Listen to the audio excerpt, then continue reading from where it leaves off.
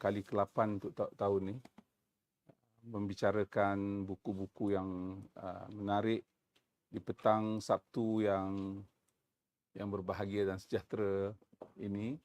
Dan walaupun ada di antara kita yang mungkin berehat ketika ini, tapi yang penting di mana ada kesempatan kita belajar. Sebelum kita mula ni, Prof Zaini, kita bincang tentang beberapa insiden berkaitan dengan bencana di Malaysia yang berlaku semalam. Bencana air, seorang wanita India jatuh tiba-tiba dalam apa ni?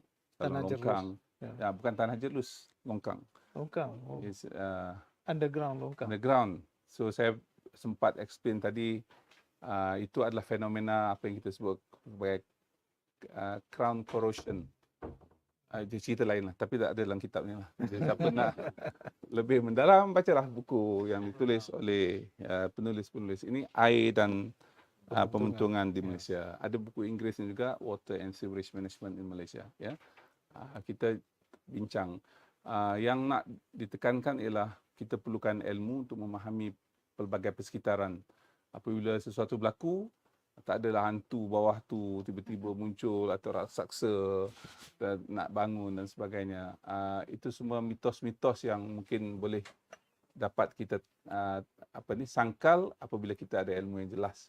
Jadi pada hari ini kita nak bincang tentang ilmu berkaitan dengan erroneous dan Prologue yang dibuat oleh Profesor Zaini. Ini kali ketiga kita bincang buku Prologue. Kita tak bincang buku yang tebal ni. Kita bincang buku yang nipis mengiringi buku yang tebal ni.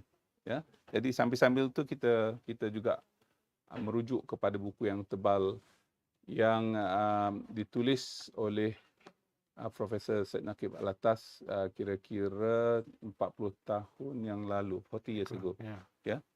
So di kesempatan ini saya menjemput Profesor Zaini untuk meneruskan pengajian kita. Sila. A'udzubillahi minasyaitonir rajim. Bismillahirrahmanirrahim. Alhamdulillahirabbil alamin. Salatu wassalamu syafi'il anbiya mursalin wa alihi washabbihi ajmain. Shukri, the volume is okay, yeah? Thank you. First and foremost, Dato Seri, we have to switch language because it's a different book. And so is this the third or the second meeting? Third meeting. Okay, all right. Now, so we have to go into a little bit of a more substantial thing. But just wanting to show you, as a matter of recuperation, to recoup, to recall what we were talking about. This big book is actually a reprint of another edition that was published by the Ministry of Culture. And it has its own history. So in the prologue, I want to emphasize, it's a thick book. To write another commentary, it will be even bigger. This is the first edition of the book, right?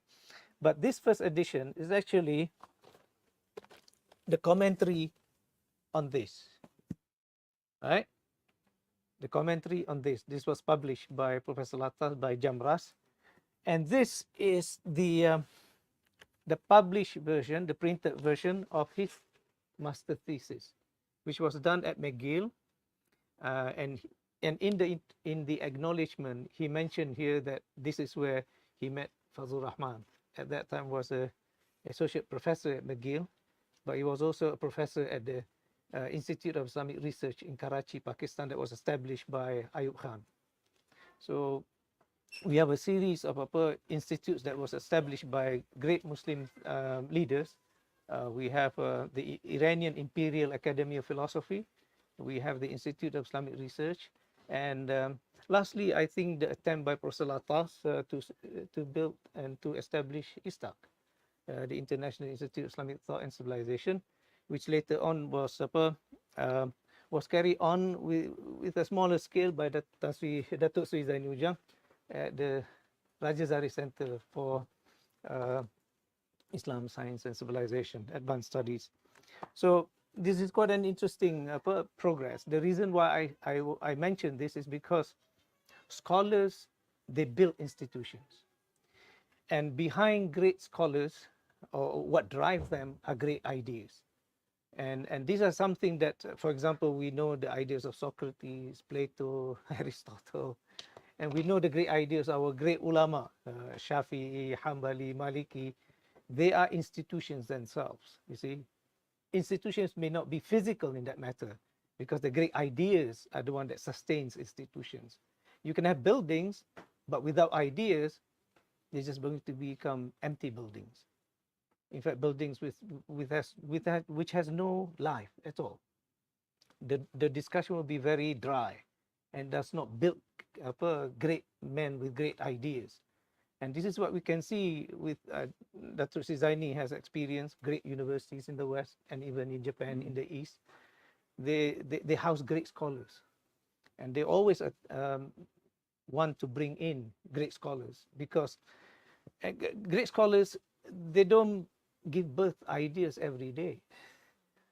Sometimes, like Einstein, he said he has only 2 great ideas. You know, the rest just building it up. And building it up, it's just like writing a book. You have to first make a draft, and you should not be satisfied with it. Give it some time, sometimes 10 years before it's actually came out. See, but Professor Latas is different. He is a man gifted with something extraordinary, and this is what I mentioned in this book in the chapter on the summary of Alatas's commentary on Hujjat al-Siddiq.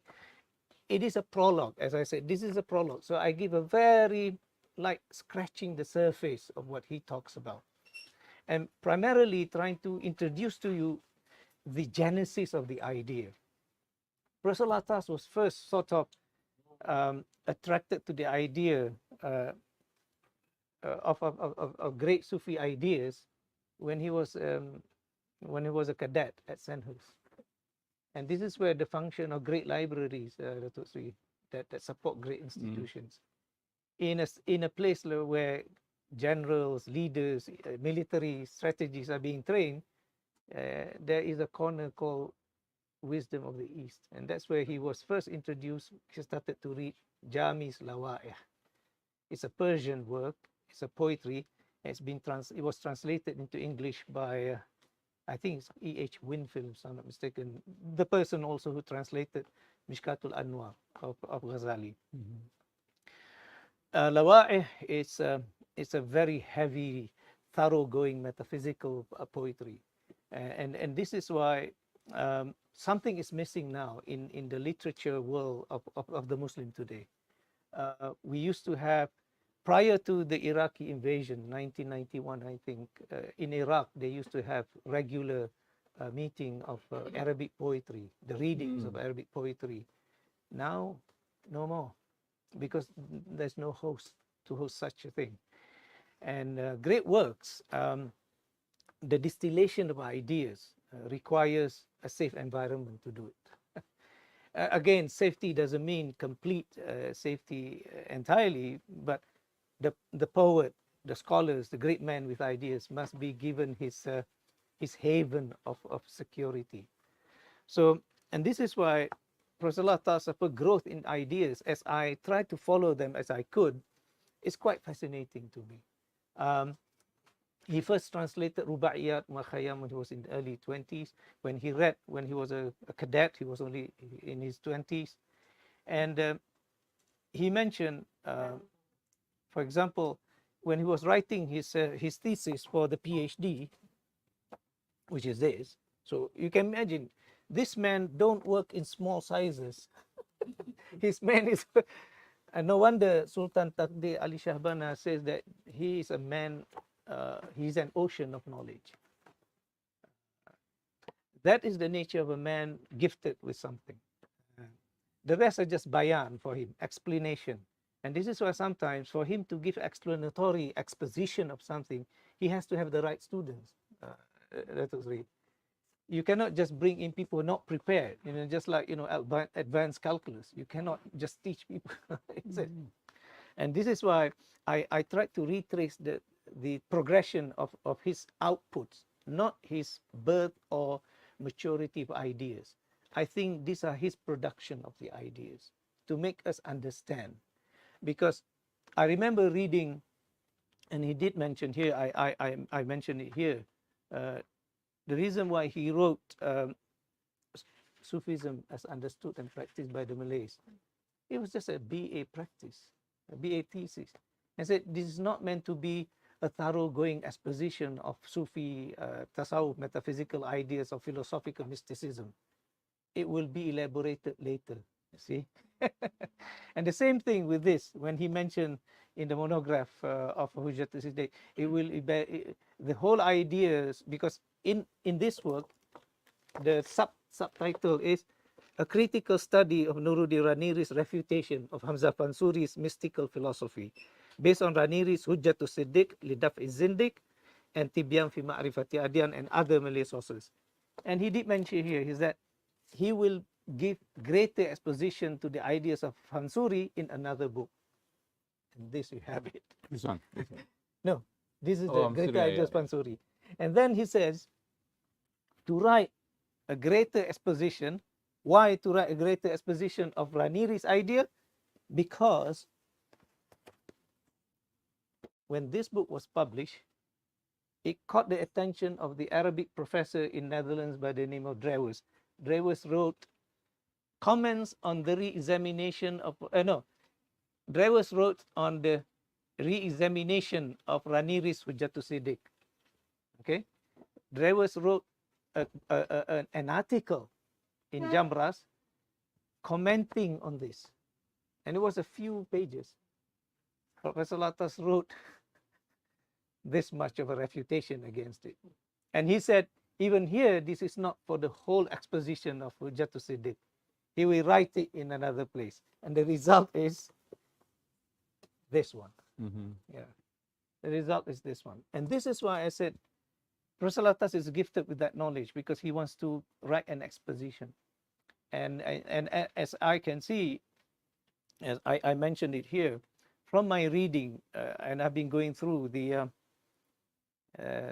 Sufism practice understood by the Malays, as understood and practiced by the Malays. Even at the age of 20-something, he has understood a span of major ideas in Tasawwuf, not just Raniri. Because Raniri, you must see his intellectual network, the spiritual and intellectual genealogy. And it is not just unilinear. It's not one line. It goes back to Jawi, to Ibn Arabi, to Ghazali, which means this is a man of wide exposition. And remember, as I mentioned also in here, one of Professor Latas' ancestors initiated Raniri in one of the tariqah. So you see, the connection is not only ideas, but also spiritual and intellectual in terms of there's a historical line to it. Just like, people talk about who are their teachers, right? So this is a very fascinating thing. And the main thrust, what is it all for? There seems to be a major misunderstanding. And that misunderstanding is the concept of existence. This might be a little bit difficult for us to actually get at first instance, because what is this thing about existence? Why do we worry about existence? There are people who study, Muslim scholars, Muslim ulama, who are into this field. Generally, this discussion of wujud falls into what is called as wujudiyah. People who fall or discuss about wujud. Now, the wujudiyah, erroneously translated into English, becomes existentialist. Because Western existentialists like Martin Heidegger, Jean-Paul Sartre, they are not the level of these people talking about. I'll give you an example. If you want to see the most recent minute representation of Jean-Paul Sartre's idea of existential question, you should watch this recent movie on Netflix called Mrs. Harris Goes to Paris. Mrs. Harris Goes to Paris. Oh, kita pergi Paris lah lepas ni. She met two characters in the movie. One is a model for Dior. Thank you. You must have watched it. Oh, Christian Dior. Christian Dior. And the man who works for the office. Eh? Andre, both of them were reading Jean-Paul Sartre. And the book is Being and Existence. Being and Nothingness, sorry. The question is, existentialism in the West is talking about what is the meaning of this existence. Without this existence, is there something called nothingness? And this is why Descartes says, I think, therefore I am. I think, therefore I exist. You see? But our question of existence, according to the ulama of the Sufis, goes back to the nature of what is called absolute existence, which is appended to or ascribed to or denoted to Allah subhanahu wa ta'ala, because he possesses existence. So never equate. There may be instances of common themes, common discussions about it, but the nature of our discussion of existence is entirely different and entirely at a different level. And this is why it's very important for all of us to look at the illustration that I put here of Professor Latta's degrees of existence. What is it called? The ontological descent. Where is that page? That's very important for us to capture. 22. 20? 22. Thank you, Dato. The level of existence that Sartre and others talking about at the level, the most lowest, that was the fifth. Yeah. So Exterior. the exterior existence. We are talking about all the levels that goes to what is called ta'ayyuna and taqayyudat, what is called tajalli. These are called manifestations of existence. And remember, we talked about there's existence that can be seen, there's existence that cannot be seen. Like our soul exists, cannot be seen. Our body exists, it can be seen. Our soul exists, cannot be seen, but to a certain degree can be felt, meaning internally. And that is what the Sufis call dhawqiyah. And that is why inside, internally, the soul has its own faculties to function, as our physical bodies have faculties to function. We smell, we taste, we touch, we see, we hear, right? But inside, the soul also must have its faculties in order for it to function. And this is why the Sufis is talking about actually experiencing internally of all these things. And this is what is described as wujdan, intuition of existence. And that is the function of the soul. That the problem is many of us are not aware of this, because it is so-called, I'm sorry, I don't want to use the word deep. It is a different level of functioning. The best example I can give you is this. This world functions. We just take it for granted. But for scientists, they don't take it for granted. They wanted to analyze how this world works. And they come up with, or they discovered, so-called, they say discovered laws, universal laws. Actually, they didn't discover, it has been there all the time, right? So they just managed to summarize it. Now, the point is, how many of us aware of the so-called universal laws, the law of gravity, the speed of light? We are not aware of it, but it works. So even scientists, they are aware of it, but it has to be in the background, because if you're aware of it, life is going to get very, very unsettling. Just like Professor Latas was saying, imagine we have eyes of the eagles. Wow, I don't think we are going to be inhabiting homes like this. Our homes will be, way up high. Would there be civilization? Wallahu alam, it will be a different thing altogether. And this is why this is what Professor Latas in the interview with Hamza Yusuf, he says, even birds have not flown higher than man. You see? Because of the intelligence that we have. And this intelligence is by virtue of the internal faculties that we have. We are able to sort of break the limits of nature. And this is why, and how we did that, and this is why it's fascinating. It has its so-called allied discoveries. one of the allied discoveries, you have allied sciences, I call it allied discoveries, and tributary discoveries. What Professor wrote, the nature of man, how he discusses the nature of the psychology of the man, the nature and the psychology, nature and psychology of man. Isn't it? The title of it. It is entirely different from the Western conception of psychology. See? Psychology, basically, if you look Western psychology, they always ascribe to, amongst its founders, Freud, Jung, because it's entirely different from the real psychology. The real psychology was discussed by Socrates, Plato, Aristotle, by the Muslim scholars when they talk about the anima, the nature of the soul. But when you get to Jung and Freud, it's more about dealing with problems associated with what they call the soul, isn't it? And which now later on has been described as mental problems or mental issues. Now, mental health, just to make it less stigmatized. Because you don't talk about the real things. This is why, Dato, you were prefacing this discussion with what is happening in Jalan Masjid, India. That's not the condition of Kuala Lumpur. The Kuala Lumpur that we know is the beauty side of Jalan Tun Abdul Razak, Tunku Abdul Rahman, all the beauty roads, right? Regardless of the jams. It's nightmarish.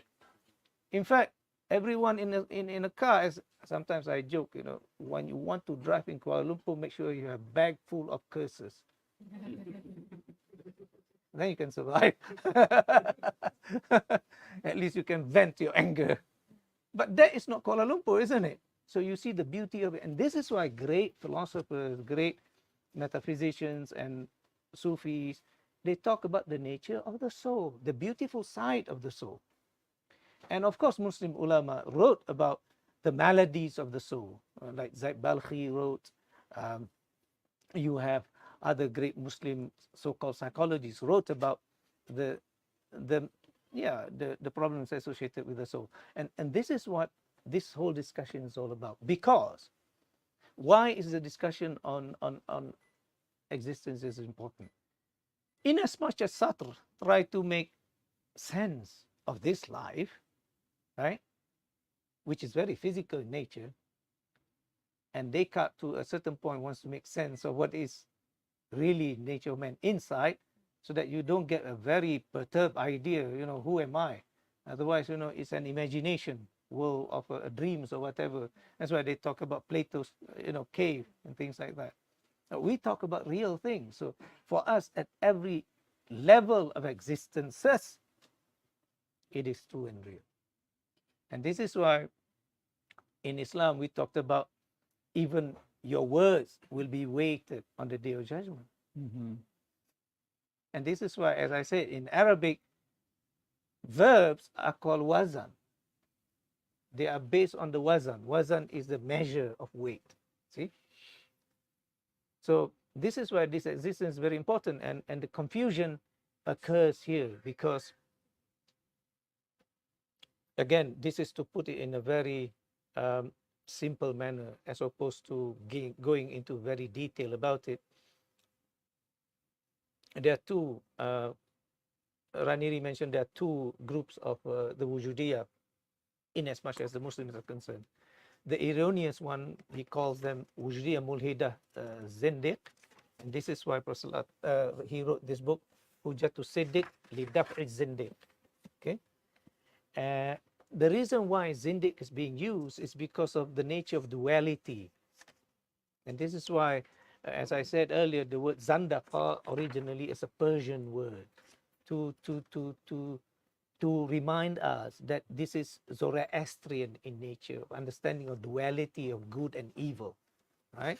Because the idea of and this is what Raniri says about the commonality, the similarities between the wrong ideas of Hamza Fansuri with that of the others in the world of ideas. One is that they say God's existence is the same as the creature's existence, because if everything comes from God, then we must begin in God, right? And therefore we are God, we are divine. No, that's not what the real wujudiyah are saying. The real wujudiyah are saying, as Dato, see, if you look at that, Mhm. going through down different levels, the highest one, the highest level, what is called non-manifestation. That is called in Arabic al-ama. Al-ama. Bukan not al-ama. Prophet mentioned, even Orientalists read this wrongly. Some read it as al-ama, the blindness. But it's actually al-ama. It means the dark mist. In Arabic, the dark mist means it is that's about to burst, almost giving you an impression like, you know, it's a condensed matter that's going to burst into like a big bang. Allahu A'lam. I leave that to your imagination, right? Maybe future research may come up with something. But that's what the difference in meaning. Al-ama is blind,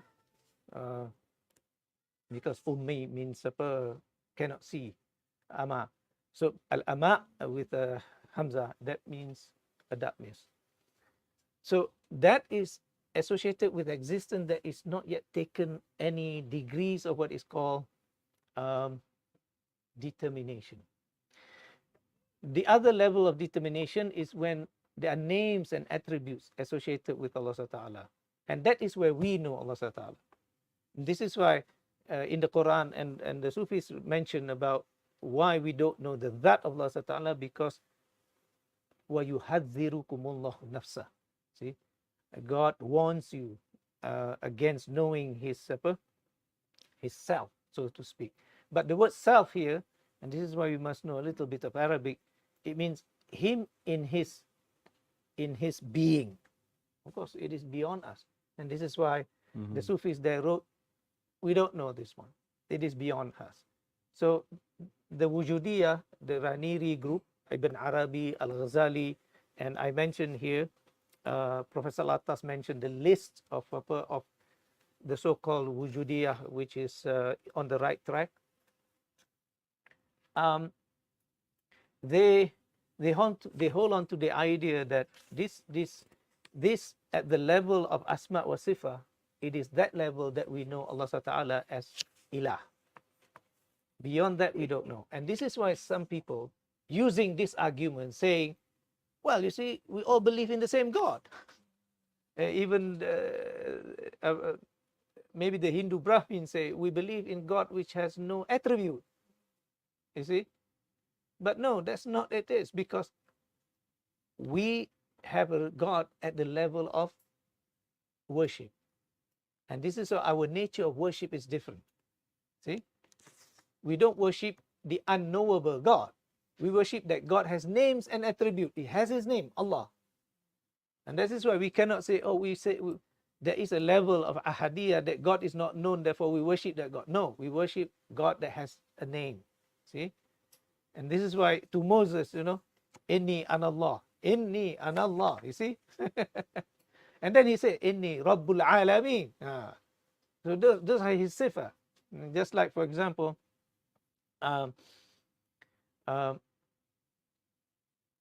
in the house, Dato Zaini is known not as the KSU. He doesn't go around the house, I'm the KSU here. It doesn't work. PKSU. Yeah. He comes home, you know, he will be the father. For some, he's the biological ATM machine. I'm sorry. Emergency withdrawals, you know. That's what it is, you see. So how do you know that Zaini? You know him at that level. You don't know him, you know, I don't know. All of us don't know his spirit, the unseen part, you see. And that's why this is why in this in the book Islam Covenants Fulfilled, and in many other aspects of Muslim works on kalam, Muslim works on tasawwuf, and there's also Muslim works on hadith. Very interestingly, Dr. Hilmi, remember Castellani's Irshad Seri fi Sharh Sahih Bukhari. There's always be a discussion on Sifa and Mawsuf. And this is why the name Allah Ta'ala is specifically his own. just again, sorry to say about Satr, but it's very important. He said the essence of something, the essence of anything, is a combination of its attended adjectives. You know, that in one way we can agree of knowing something. This is why in Western existentialists they talk about phenomenologies, right? And then Kant talked about the noumena, which is what is in the mind, and the phenomena, which is outside the phenomenologies. So how do you know the essence of something? Like this book, as opposed to that book, the difference is in the color. Prosalatas use always the same font, but it's in the color. So these are attributes that make it different. And this is why Allah Ta'ala's attributes are different. And this is why our conception of God, which is ilah, the conception of ilah is entirely different. We worship Allah, not we worship Rabb that has no name. That's not it. That's very important. And this is why it's very important. Raniri wants to say that subtle discussion. Wujud of Allah Ta'ala's wujud, although the discussion, in the process of the discussion, there are terms, istilah, in order to break down the philosophical and theological discussion, common terms are being used, but there are always different meanings associated with it. And this is why it's very important for us to have a good dictionary when we are dealing with these things. So the Sufis have their own istilahat, terminologies, and they are mutakallim, they have their own terminologies. And unfortunately, some of these great works are no longer in current use. They are used by those who are experts in them. It'd be nice. Well, I would just say, learn Arabic and Persian. The best dictionaries on this matter is, I think it's Lataiful I'lam by Kashani. It's a very comprehensive work. So this is why I mentioned here, Prosalatas, in this whole discussion, because this is what Raniri has to do in order to break the problem, the enigma of existence, because it touches the existence being discussed by the philosophers. So he must bring philosophical terms. And that is why some people accuse Tasawwuf has been Greek influence. Then the same thing, I think now people are accusing the Ash'ariyah has been influenced by the philosophers. No. You see, as I was saying in our last meeting,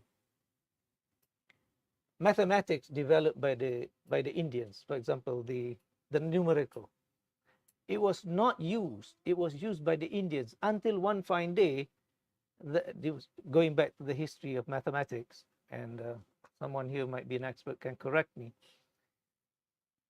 An ambassador in an open market in Morocco, I think it was in Marrakesh, saw the Muslim doing transactions faster than the Europeans.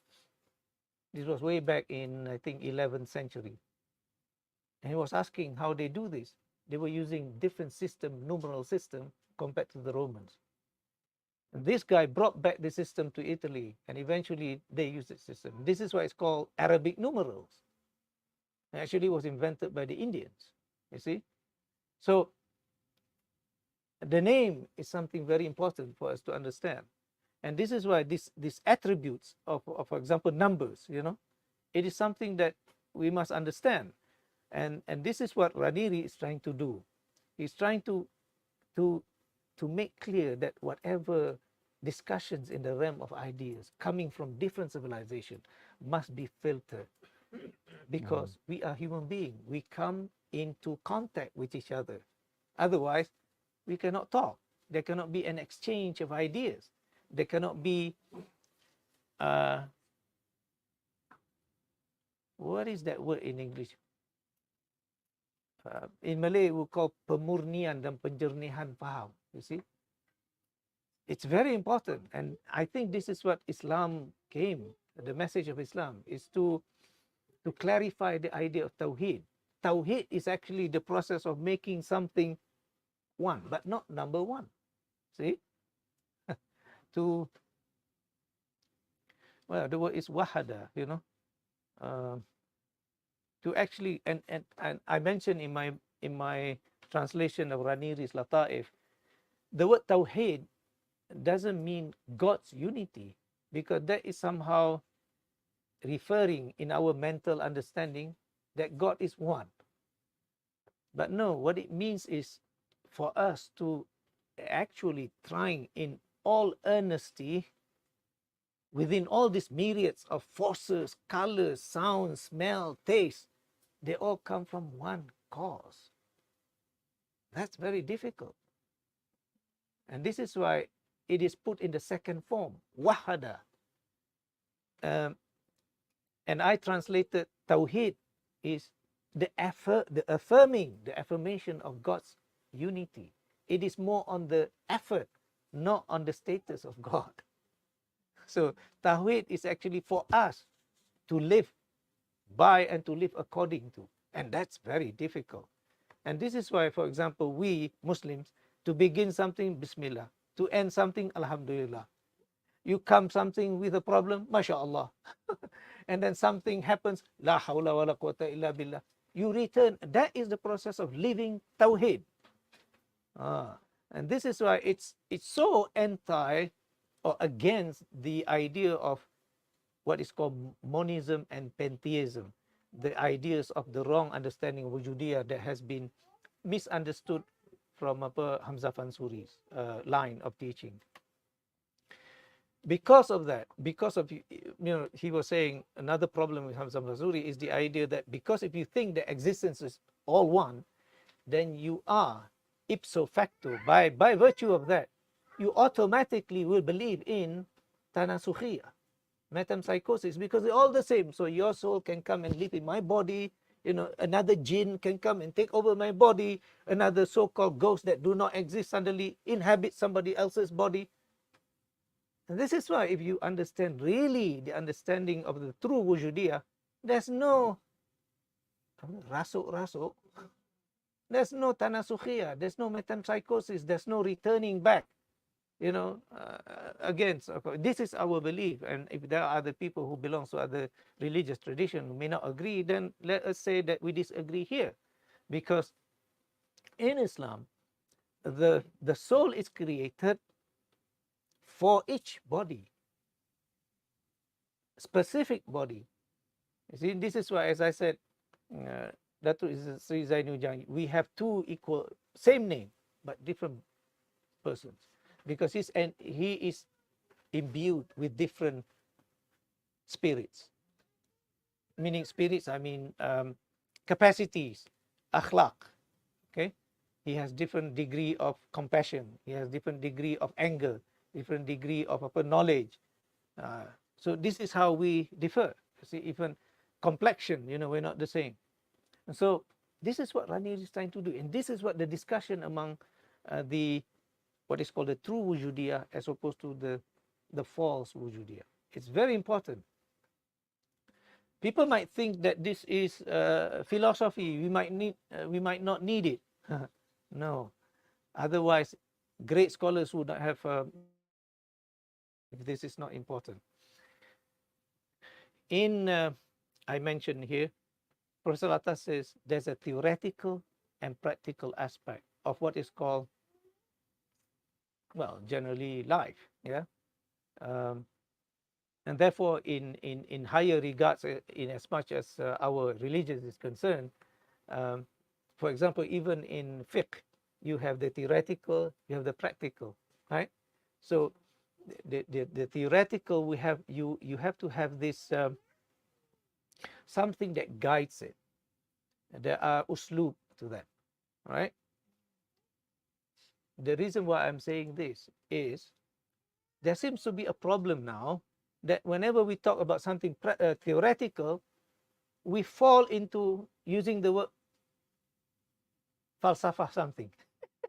The philosophy of this, suddenly you have falsafah da'wah. No, it's not. There's no such thing as falsafah da'wah. There's philosophy of da'wah. There's maqasid. And this is why our great ulama wrote maqasidu, falasifa. They don't write the philosophy of the philosophers. For some reason, now we write books on falsafah da'wah. Na'udzubillah, we write books falsafah salat. That would be the wrong thing. That is the wrong part of trying to say we have turned everything into Greek. Because Wujudiyah of the Raniri kind, Ghazali kind, Ibn Arabi kind has been trying to kick off this falasifa. But now, everybody, even, I'm sorry if that's from Jakim or whatever, using this word, which is wrong, you know. You can have falsafah pendidikan, yes. But, you know, you don't say falsafah puasa. Hikmah puasa. Hikmah puasa, yes. Yeah. The hikmah is behind the maqasid. Yeah. You see? Now I have demonstrated to you why the discussion that Raniri wants to go at, the idea of wujudiyah. It's very important to understand this discourse. And this is why you get, you know, ma huwa bihi shay'un, you know. There is ma bihi shay'un huwa and ma bihi shay'un yakun. It's entirely different. It sounds Arabic very similar, but they're different, you see. And this is why proselytes have spent this much. And even that, you know, it's not exhaustive yet. He wrote this, Dato Seri, trying to comment on only 22 lines of major ideas in the Hujjat al-Siddiq. It's a very short treatise. Is he making things more difficult? No, I don't think so. Mathematics, you look at, you know, it goes into tomes and tombs, you know, just to explain something. So Tanya ni, yes, yang history level. I shared the page in our chat group. Di sini 192, ni 172. This is 192 lah. Yeah. Betulan. Yeah. Yeah. Page This is a page new number. book. This is the new book. Yeah. 192 new book. So yang Hamzah Fansuri ni which level? He's Lowest, talking. really. The fifth level. Hamzah Fansuri is talking about the fifth determination. Yes, because the problem is that, to see, he understood this, but he equates them with the level of existence here. He understands this, but he equates them. And this is what I want to explain. You cannot equate because there are different levels. All right? He may understand the other levels of the higher ones, but to say that wujud Allah is the same as wujud makhluk, no, because they have to be with degrees, you see. That's the degree of it. This is why Raniri says, wujud Allah qa'imun bi nafsihi wa muqimun li ghairihi. It is subsisting and then it makes others exist. Our existence cannot do that. We cannot give existence to others, you know. Although you might have this wrong idea that, you know, ibulah yang membawa saya ke dunia ini. Careful, kadang-kadang that can tantamount to syirik, you know. Kalau seseorang tu mati, Yeah, they still exist lah. they exist because the soul exists. The soul exists. There is different level of Existence. They are existence. and this is why they are in the realm of what is called alam barzakh. Alam barzakh. So they are still exist. Yeah. And this is what we Muslim would call parallel existence, parallel world. And this is what we mean by Rabbul Alamin that Raniri and Prof Alatas mentioned here, Tuhan Sarwa Alam Berganda. The Alam Berganda, this is what it is. Yeah. Yeah. So we believe in the world of angels, yeah, and then we believe in the world of spirits. And this is what Barzakh, yes. Parallel world and not multiverse. It's parallel world, not multiverse. Yeah, not multiverse. Parallel tu means Meaning it existing concurrently. concurrently. Yeah. They have their own world on their own. The same thing with jinns and others, other creatures that belongs to the unseen world. They exist. Yeah. And they may be have a purview, a view into what we are doing. Like for example, the people in you know, what is called alam kubur, they can see, but we cannot see them. So it's a parallel universe. Yeah. But again, the universe there is not universe in terms of physical, yeah? Yeah. It's existence, parallel existences, better to use. Okay, I want to share something, because how do we get these things, all right? On page 19, it's very important for us to understand. You see, at the level of what is called first separation, we are separated from objects that we know. To see, we look at this book, this is called separation, physical separation. In fact, we are conscious of that separation. We are very conscious of that separation. This is called first level of separation. When we want to think about something, we must have something other. See, if it's something in us, then are we conscious of it? Just like, for example, I was saying earlier, are we conscious of our soul? The answer is really no, unless for some people who are gifted with it. See, when we wake up in the morning, we're more conscious of the bad breath, you know, the smelly, you know, and the sweatiness. Nobody is conscious about the soul, right? Because this is what Professor Latas was saying, and great Muslim scholars were saying, because the world has been brought near to our consciousness. The word dana,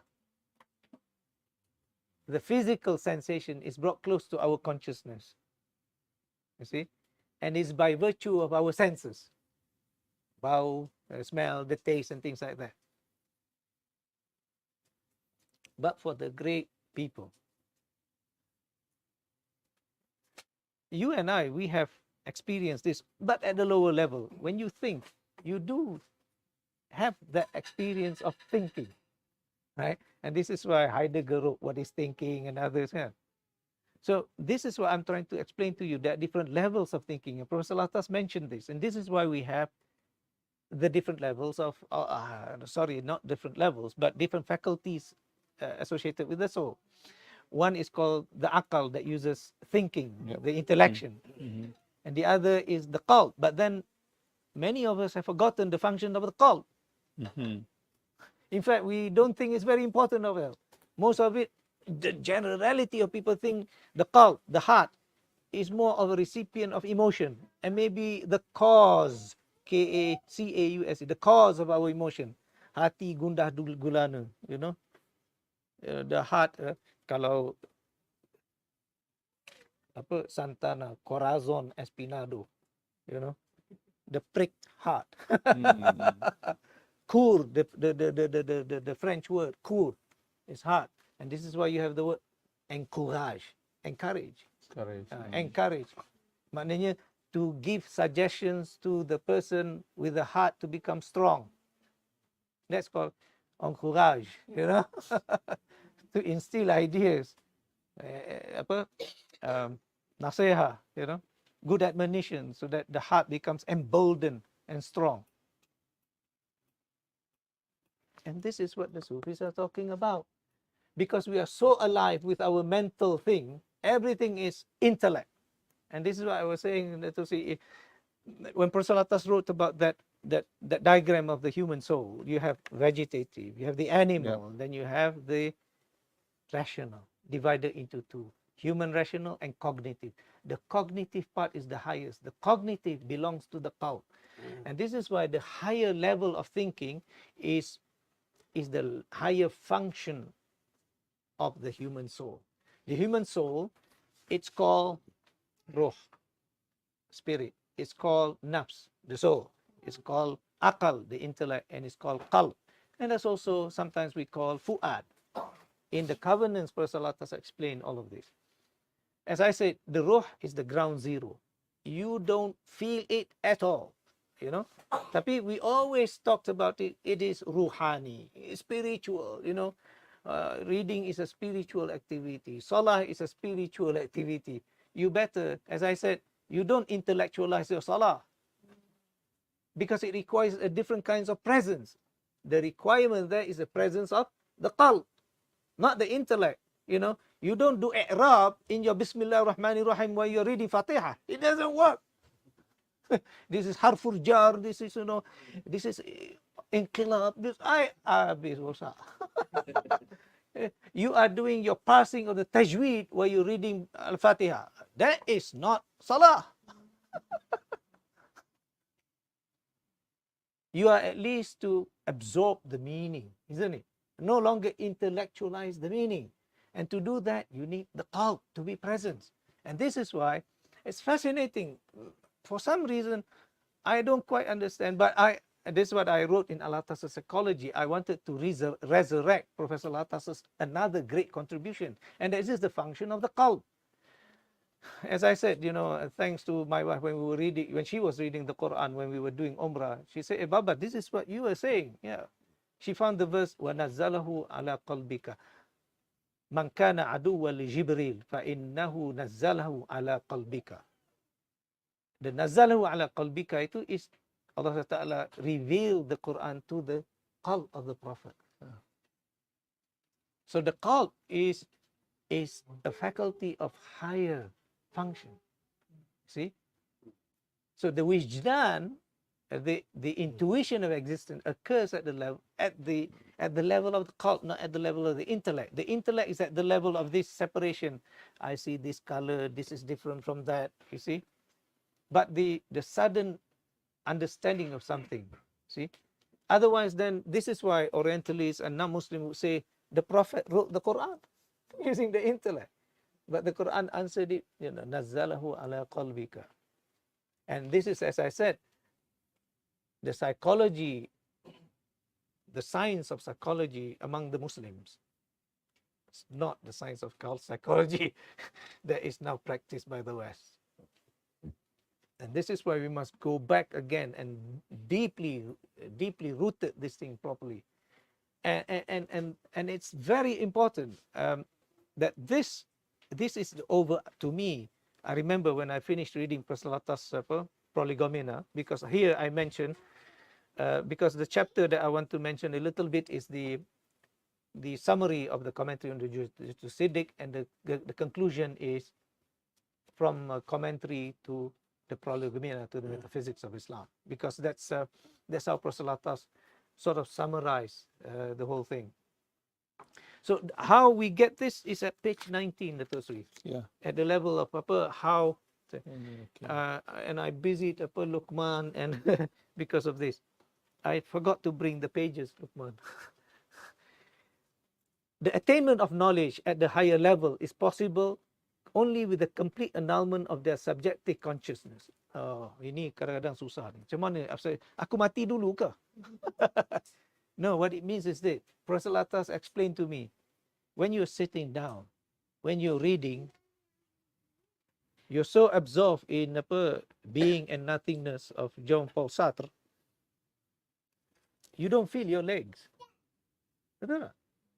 That is an example of a little bit losing of your subjective consciousness. What if you're completely so-called transported in the realm of ideas? It can work, trust me. When people are writing, when people are composing, when people are creative, when doing something, time just went by like that. They don't feel it. Sometimes they don't even want to eat. See?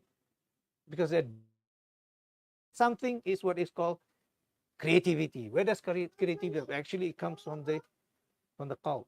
That's why they're driven. It's not by the intellect. When you ask them, what are you doing? You will see. It's different when it has to do with intellectual work.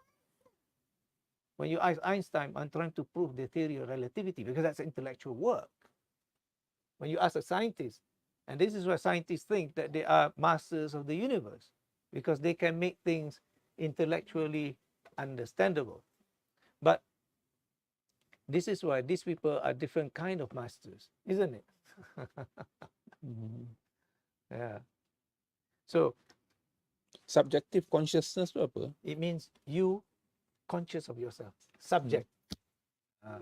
You are the subject. This is the object.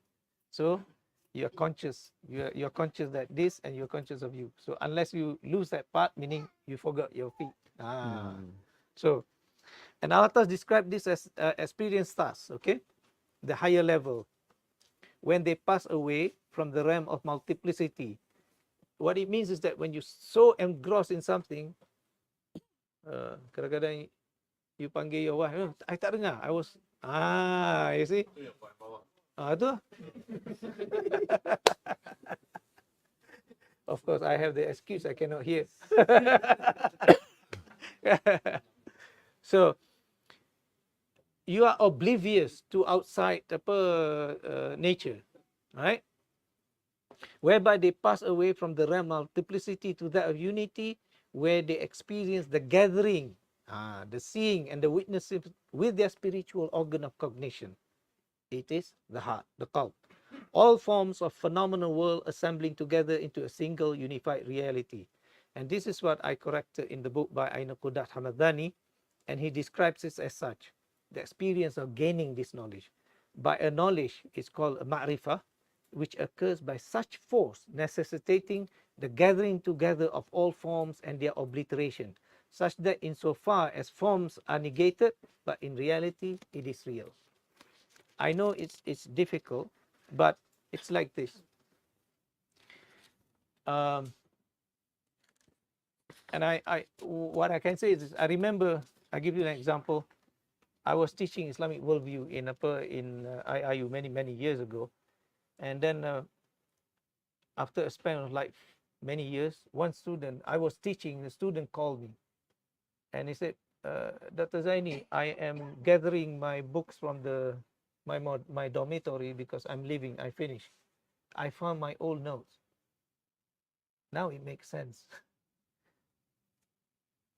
When you first hear something difficult, you cannot get it, but your internal faculties, the soul, using the intellect and the qalb, absorbed it.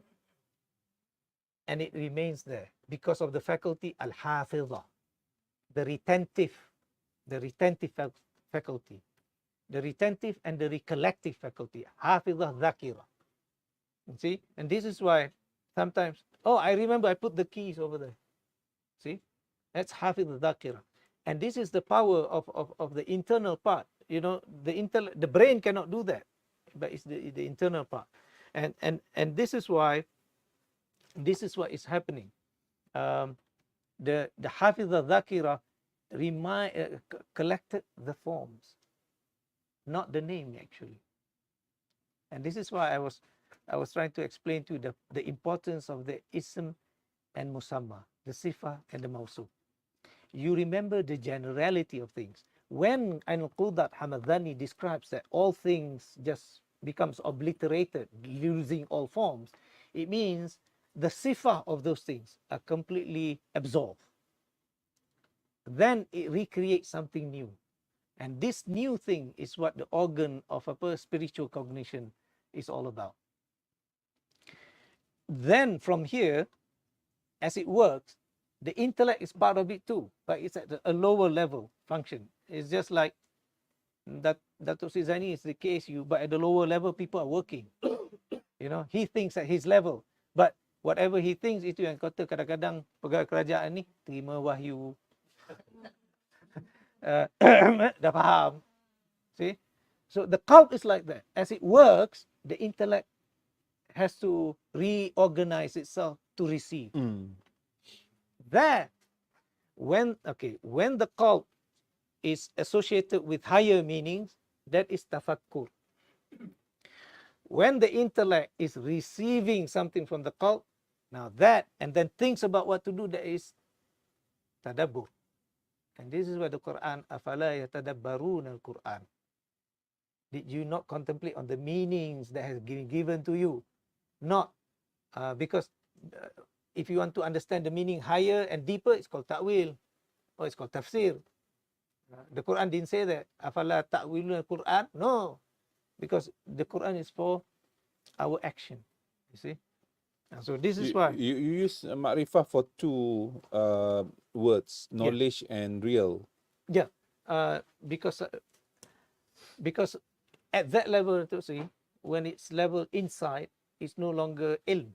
It's the knowledge of the ma'rifah kind. The real. Yeah, it's the real kind. The problem is, the Sufis talks about it because they know what it is. As I said, We have not yet gone to that level. But that's why we, are you sure there are different levels? Yeah. Just like when people talk about mathematics, you know which is real mathematics and hocus pocus kind of mathematics, you know. I don't know, like for example, someone wants to say 1 plus 2 is 3. New kind of mathematics. It doesn't work. Yeah? So anyways, let's go on. I wanted to say the commentary on Hujjat al-Siddiq is generally from page 40 something, 37. Okay. So Professor Lata started that that Hujjat al-Siddiq in 1961, and it was published in 1962, and was printed, and it completed 1962 and was printed in 1966. And then you have Drewes wrote the comments on the re-examination, right? One thing I want to say is, and I think Shukri mentioned this to me, the tradition of writing commentaries. Professor Latas doesn't think highly the idea of being pedantic, meaning trying to find errors here and there and writing so-called an academic article of it. That's not from our Muslim tradition. That's not an intellectual scholarly tradition. The intellectual scholarly tradition is to write commentary, like what he did, to write a summary, a mukhtasar, and to write a rad, a refutation. Of course, I added in here translation, because many of the works of great ulama in the past came by way of translation. And in fact, many great works of the great Sufis also by way of translation to different parts of the Muslim world. All right.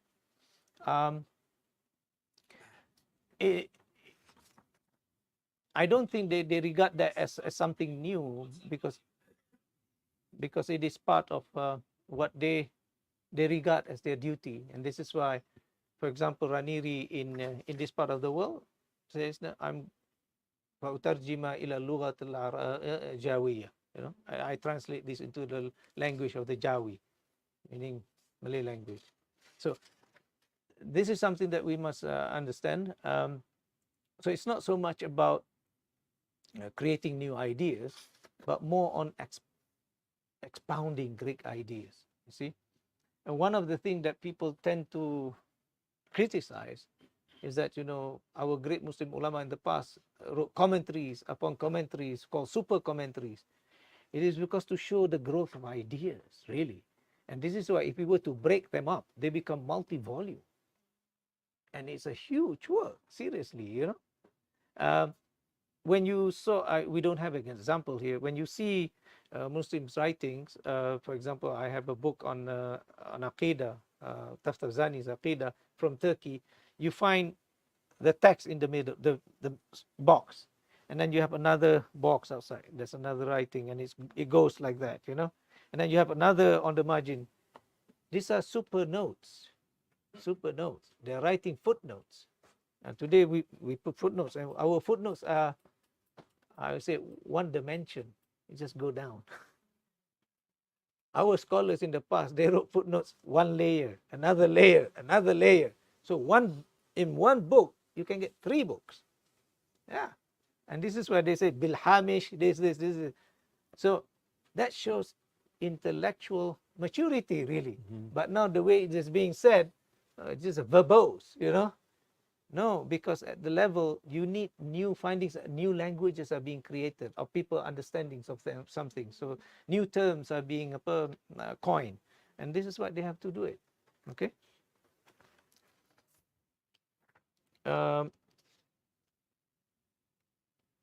Reading his commentary, 44, it is evident that Al-Tas providing not just a summary, but an exposition of salient features of the positions of the Sufis on the nature of reality, which he traced back to the school of Junaid.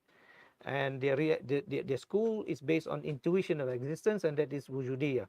And among the people that are associated with this are Junaid himself, Sarraj, Hujwiri, the author of Kashful Mahbub, Kashful Mahjub, sorry, Kushairi, Risalah Kushairiyah, Abdullah Ansari, Ghazali, and then you have Sadruddin Kunyawi, Razak Kashani, the author of I'lam. In the epilogue to the commentary, to this one, the epilogue in closing, Rasulullah draws clearly the position of the Sufis of the school of Wujudiyah, Wahdatul Wujud, with regard to the affirmation of realities, which are the manifestation of the different degrees of existence. Okay? And then I said here, he brings forth and evaluates the differing opinions concerning Wahdatul Wujud and the misunderstanding of the position of Ibn Khaldun with regards to Tasawwuf. Some Western scholars, they use Ibn Khaldun as a source of look for definition of Tasawwuf, what have you. Not good. It's actually Ibn Khaldun is not a big scholar, really. It's just a discovery by the Orientalists, you know. They found it because what happened is there is a tradition in historical writings among the Muslims. And this is something quite interesting. You might want to read the book by Abdul Aziz Duri with my professor in Chicago, Donner. Donner wrote a preface to it. What is it? What is the name of the book? Something literary, a historical writing among the Arabs or something. So what it is that in the tradition of writing history, Muslim has its own tradition. But by the time of Ibn Khaldun, he wrote something where he reassessed the style of writing, the manner of writing, and what the Muslim historians were fall short of, or sometimes making grand claims of something. And this is what Western historian likes, the idea of criticizing, you know, the so-called critical looking at something. And this is what Prophet was saying. In the tradition, we should look at either making an exposition, the sharah, making a summary, or making a rod. So Khaldun's writing is entirely different. What he sees is that he sees there are some errors in the writings of our the reporting of some of the historical events, and some incongruency in terms of detail, data basically. So he wrote that, and then he wrote about his own general reading of world history, how it developed. All right, so that might be of an interest to the Western scholars, and this is why they call him as such, you know, and rightly so. I think he's more of a sociological true scholar than more of a historian. Really, his discovery is more on sociology because he reads the behavior of societies. So that's that. Prophet also mentioned that in this book he revisited Iqbal's conception on the nature of God, man, and the universe as outlined in the construction of religious thought in Islam. The thing is, Prophet doesn't agree with the idea of reconstruction of religious thought, the title, because it gives a wrong impression. Why do you reconstruct? First, you think the ideas are so old, they're decrepit, they're broken down, they can no longer hold the weight of present, contemporary, even modern, the word is really modern, challenges of thought. And this is why Professor doesn't like that term, you know, because you reconstruct your paper. That means do it again. That's what it means, reconstruction of religious thought in Islam. Are you going to reconstruct kalam? Are you going to reconstruct tasawwuf? Are you going to reconstruct fiqh? Are you going to reconstruct in Islam tafsir? You're going to reconstruct based on what? And this is why Prophet has always been critical of the idea of having a worldview, a framework, you see. So, and this is why he says, and I said, Shukri was asking, what do I mean by triangulating ideas? And this is what it is, really. It's not so much reconstructing, it's triangulating the idea so that you posit it in the right sweet spot where ideas of philosophy, ideas of mysticism, and ideas of kalam come to a congruent point. And that can only be done by one scholar or many other scholars. You see, it's just like you must have a background in physics in order to make breakthrough in physics.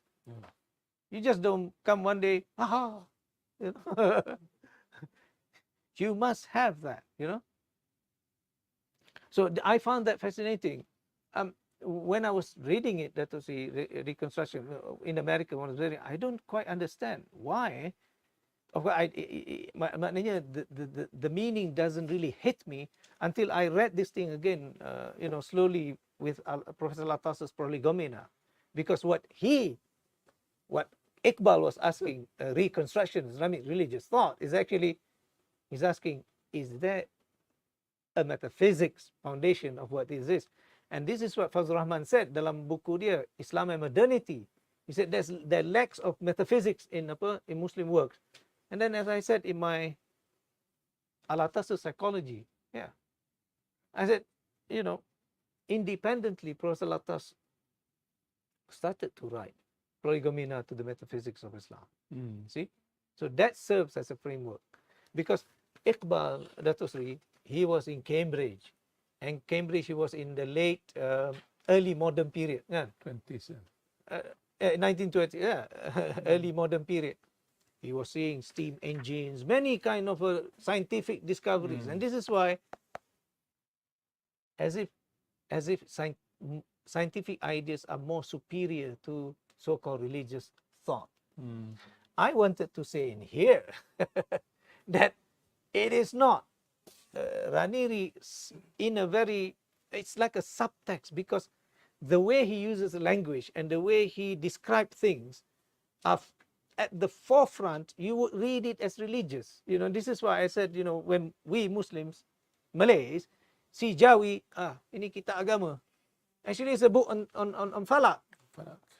See, for example, and this is why Professor was saying, the Batu Bersurat of Terengganu, people couldn't recognize it because it doesn't have, you know, Bismillahirrahmanirrahim. To Jawi. It's completely related. Tuhan dia sebut apa? Dewata Mulia Raya, Rabbul Alamin. And this is, but it's written in Jawi. It's a translation of Rabbul Alamin. So it doesn't sound, the only thing that can be found Arabic, of course, the shape of the letters, but then you have Rajab, and then you have Syaratan, and then you have Rasulullah, then you have Jum'ah. That's it. The rest are all other words, you see. So that's why it's not regarded as agama, you know. And this is what strikes me, and because of Dr. Ikhwan's father said, Zaini, that's, you know, astronomy, you need Professor Latas has calculated, so why don't we verify this thing? Then really was astonishing for me. That's how is it that this person can put the moon in the constellation of Syaratan way, you know, before advent of so-called modern astronomy? Then it struck me, in the 13th century, Ibn Battuta was, you know, traveling all to this part of the world, Sumatra, you know, so they know their way around using falak, using astronomy. So they're pretty much ahead of time. So this is why Professor Latas says here, I said, he concludes with a short emphasis on Islamic science and philosophy, which later he wrote. Islam and the philosophy of science. He didn't write Islamic philosophy of science. He's very careful of that. Because as I said, if you read it carefully, he doesn't want to trap Islam under falsafa. So he wrote Islam and the philosophy of science. He doesn't write Islamic philosophy of science. It's very difficult. Even students at CASIS find it very difficult when I try to explain this. That's why Professor Atas never say Islamic religion. No, religion of Islam, because Islam gives religion. Otherwise, you give religion an Islamic color. That's where it is wrong. You see? So, he concludes with a short emphasis on Islamic science and philosophy of Islamic science, because they are sciences, ulum, Islamiyah, you see? And the philosophy which he identifies with hikmah and not falsafa. That's what he's about tadi, hikmah. Yeah. The study of nature, he emphasizes, should not be reduced to merely empirical and rational aspects, but it must be integrated into a unified system that discloses the ultimate reality in positive terms. That's why he wrote the positive aspect of tasawwuf. And that it must include metaphysics. See? So I'm not going to go into details of that. Ada satu istilah yang Okay. nombor 6 tu, page 848 tu. Page 48, number 9. Yes. Yeah. Archetypal realities. Yes. Uh-huh. And the involvement repercussion. Boleh explain Ah, sikit tak? okay. Wait. Before that, we read. Professor Latta summarized the fundamental features of Sufi theology metaphysics in his epilogue of that book, of the commentary, and has discussed and elaborated them on different places in the commentary. And here, there are some of them. Dato is asking about number 6, the meaning of the archetypal or archetypal realities, a'yanu thabita, or the haqa'iq, and their evolvement, and repercussions, lawazim, in the forms of empirical things, each have a dual nature characterized by complementary opposites reflecting their sources of origin in the names and the attributes. Okay, now we are getting to the good stuff.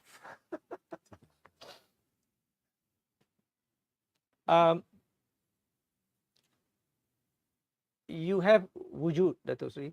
You have wujud existence that belongs to Allah Subhanahu wa Ta'ala. It's wujud mutlaq. Then this wujud mutlaq, in order for it to give things like you and me, this book existence, it has to go down, so to speak. Okay? It doesn't go down really. It's just that it's a different level of existence, but not the same level of existence as Allah Subhanahu wa Ta'ala. So they say you go down, right?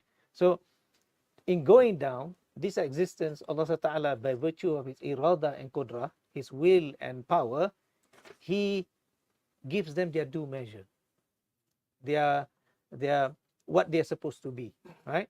And this is why in the Quran, I mentioned this many times. I think Surah Al-Qamar, inna kulla shay'in khalaqnahu biqadarin. So we created you in your due measure. Okay. So this, when it is created in their due measure, you become an ayn. Ayn is an individual. And this is why the process of becoming an individual, the wujud tadi tu, wujud mutlaq, when it wants to become every single a'yan, the plural of ayn is a'yan, becoming individuals, things, you, me, everything, they're called a'yan. It has to go through what is called taqayyudat. Taqayyudat means determination. Why it's called determination? You buang D, okay, and you use the word terminate. Terminates means puts limits. This one lah, sama ni, determination. Yeah, that's what it is. It has to go through determination. Okay, and this is why when you are determined to become somebody, you focus. You don't do other things. So that's why. So as it goes through the process of taqayyudat, why taqayyudat? Because Allah Ta'ala will qaid ikat. Ikat. It binds you with what is called hukum, the ahkam, and this ahkam for things which are not sentient beings like us, they become hukum hakam. They become tabi'at. This is why it's called alam tabi'i, because Allah Ta'ala has imprinted matbu'. Okay, for us, we are gifted on the physical side the ahkam. There are governing rules and regulation to our physical body. Terlalu panas tak bagus, too cold not good, just nice, right? But for the spiritual part, Allah Ta'ala did not give hukum. He gives akhlaq. He gives akhlaq. And this is why from your akhlaq we can see your soul, right? Yeah. You have a desire to eat. Everybody has desire to eat because hukum alam. Human being must eat. But some people are considerate. Dia makan, dia kongsi. That is your soul. That is your akhlaq, right? So this is at the very beginning when Allah Ta'ala, see the nature of existence pula, Dato' see, dia ada aspek yang batin dengan zahir. As I said, light, the effect is the zahir. But the unseen is there. But we cannot see. Betul tak? Light is an energy. We don't see energy. You see effects of energy. So we call this light. See? But so that's why existence also we don't see. Just like soul, we say that it exists, but we don't see it. We can see or we can experience the effects. Yeah. Meaning he has a kind soul. He has a very creative soul. He has a very melodious soul. You know, he has a poetic soul. That refers to the soul, but not the tongue. Even sometimes people with challenges, physical, whatever, they can produce things which are so melodious. They can write something so beautiful. Was it Mozart? Beethoven, I think Beethoven, that was hearing impaired, produces the Ninth Symphony, which is so nice. You know, I like the part Ode to Joy. It's beautiful, you know. Yeah, you must listen to it sometimes. Full orchestra. Yeah. There was some time in Germany or Korea, they did it with 1,000 singers. Oh, it must be astounding. So that's A'yan, and these are called realities, so to say, because at every process, the unseen, they want to become individual, it's called A'yan. And why it's called A'yanu Thabita? Because they are firm in the knowledge of Allah Ta'ala.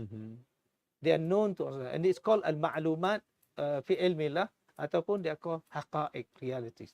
And this is why, ladies and gentlemen, in the book of Aqidah An-Nasafi, I've been saying in the classes and classes, the third article, Haqa'iqul Ashya' Thabita. Haqa'iqul Ashya' Thabita. The realities of things are affirmed. Wa ilmu biha mutahaqqiqun. And knowledge concerning them can be verified. You see the degrees of existence? Haqa'iq Ashya'. A'yanu Thabita. They affirm in the knowledge of God. But their knowledge, al-ilmu biha, can be verified by us. We can verify them. Meaning we can experience them. And this is why, for example, you and I, we can experience each other because we have what I call synchronicity of existence. Allah Ta'ala create you and I living in the same time. Kalau extended period, well, alhamdulillah, you know, we don't live under the time of Nero. You know, or Caesar for that matter, you know, we are living this time. So you see, we are, that is a very stretched out understanding of periodization. But can you imagine the idea of khalq al-jadid at every moment of time that Allah Ta'ala is? We have this consciousness because we have synchronous moments of existence. So you, at every moment of your age, when you grow, yeah, and that is called evolvement. Because evolvement is from the Latin word volvere. Volvere means to turn. You know the car Volvo, that is. Yeah. It's from that word.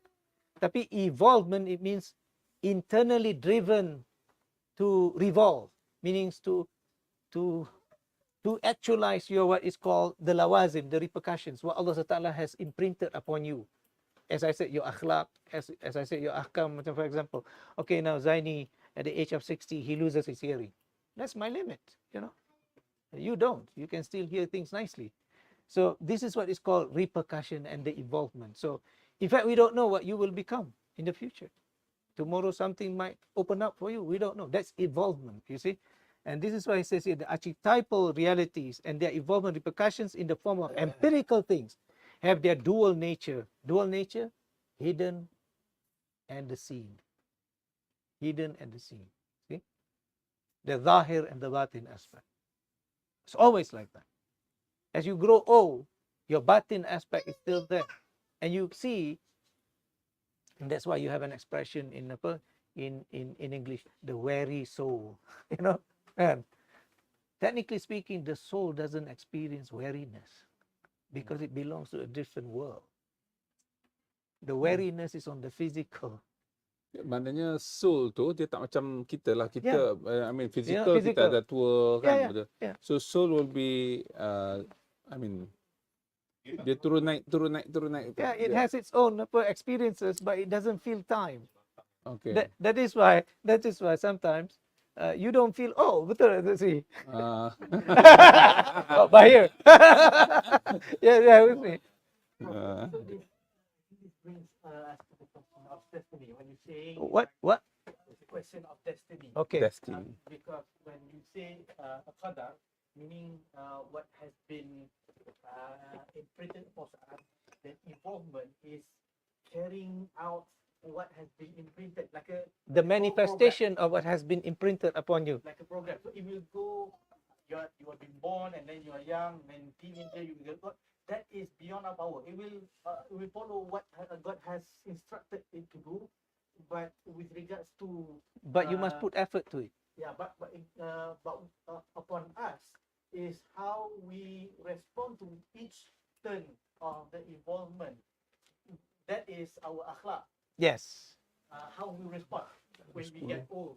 Do we become more happy, more pleased with what God has said to us, or we become miserable that we reject such? Then that what's happened when people become kufur. Yeah, that is why the nature of worldview and the aqidah is very important. You see, I forgot the sayings. You know how beautiful the life of a Muslim is. Whatever befalls him is something that Allah has given, and if he is thankful of it, it will give him more. Doesn't mean that if you have a difficulty, you will get more difficulty. Allah Ta'ala will open up.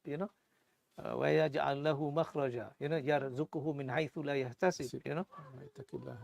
وَمَنْ يَتَّقِ اللَّهَ يَجْعَلْ لَهُ مَخْرَجًا وَيَرْزُقُهُ مِنْ حَيْثُ لَا يَحْتَسِبُ. So when anything that befalls you, and you just that this is Allah Ta'ala. So remember, good or bad, we call good and bad because you see, we are so much subsumed with our Western ideas that bad is bad, right?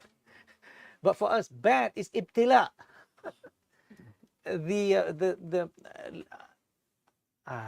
Ahasiban nas an yaqulu amanna wa hum la yuftanun. Do people think that they're going to claim themselves as believers without being tested? Yeah. So for us, this is the worldview of us. You see, that this life is a test. The test is for becoming better, not becoming worse.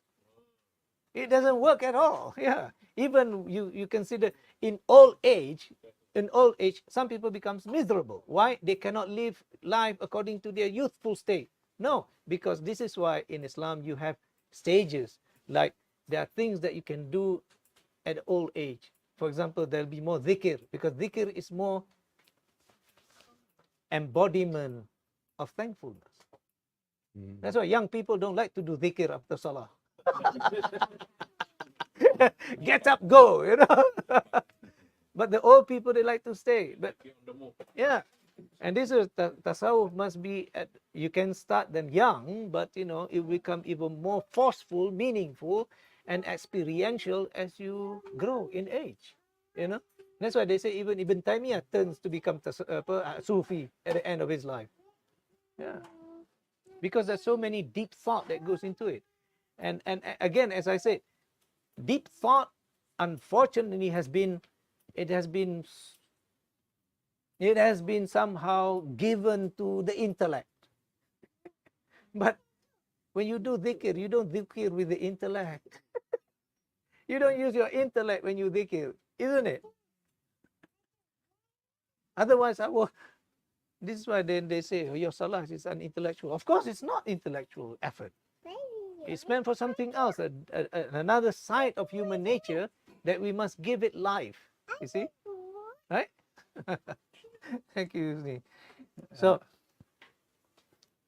by complementary opposites, reflecting their source of origins in the names and attributes of Allah Ta'ala.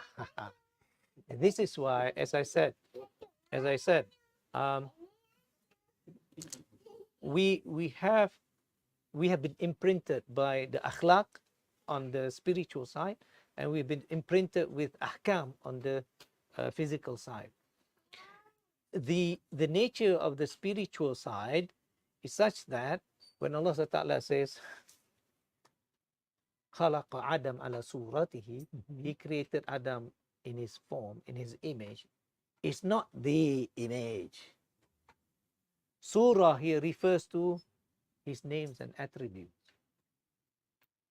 Because his names and attributes are so-called forms, but they don't have forms. See, this is the meaning that we have to understand, you see. It is an aspect. So, khalaqa Adam ala suratihi, meaning Adam carrying on the aspects that Allah Ta'ala has imprinted upon him. See, and this is why we are called, among the whole world is called madhar, you know, a dhil. Yeah. It's a shadow, it's a reflection. So we have a little bit of that. So the whole world, the macrocosm, man has a little bit of that. It's called microcosm. Kalau saya can ask a very simple question. Professor Syed Hossein Nasser with the Islamic doctrine on cosmology. Because I find it difficult to understand cosmology bila banyak sangat pandangan kan. So what is your general comment with regards to wujudiyah? His Islamic cosmological doctrines is basically, it's a collage.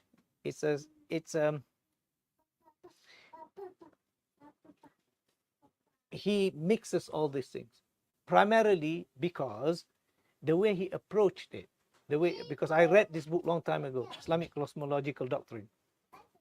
He tries to bring everything under what he calls Islamic understanding of cosmology. So part of it has the empirical part of it has so-called spiritual part of it has a little bit of what he can derive from so-called Greek remnants through, for example, the Ikhwanus Safa. Now, this is where, if you want to really unravel this thing, that you read Professor Latas's work, because it's fascinating. It just makes it so clear. Why I say this? Because, again, why it's called Islamic cosmological doctrines is that what is it that we must understand is doctrines. That means you cannot change it, right? It's doctrinal. It's part of the Aqidah. And that's what it means. The Muslims' Aqidah regarding the nature of the world, to put it nicely, you know. So, nature of the world for us is that first, there are alamin, there are parallel existences, okay? Sarwa alam berganda. There's a God that commands different levels of the world.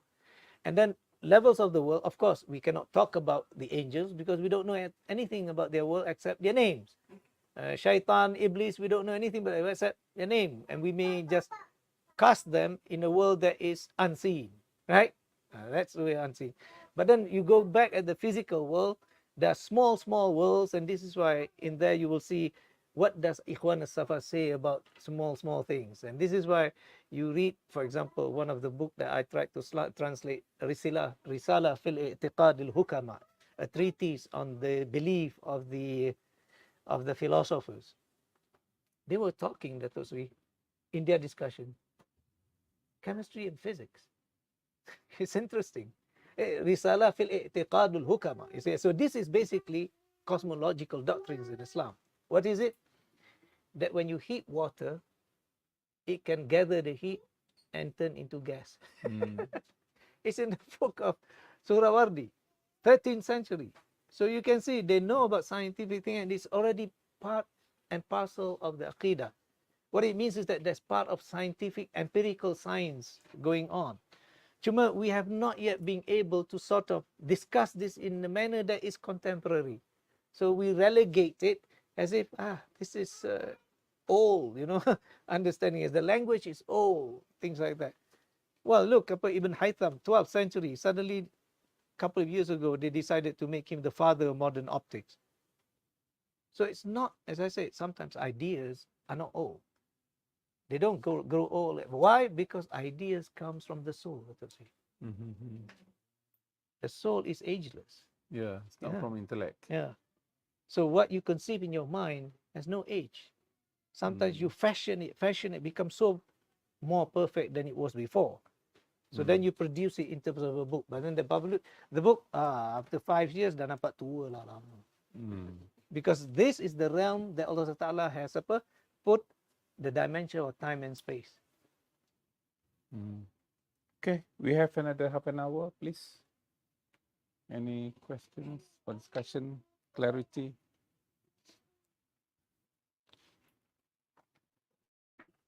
Yes, sila. So, Do you want to pass the mic? yes, please. Kan tak dengar.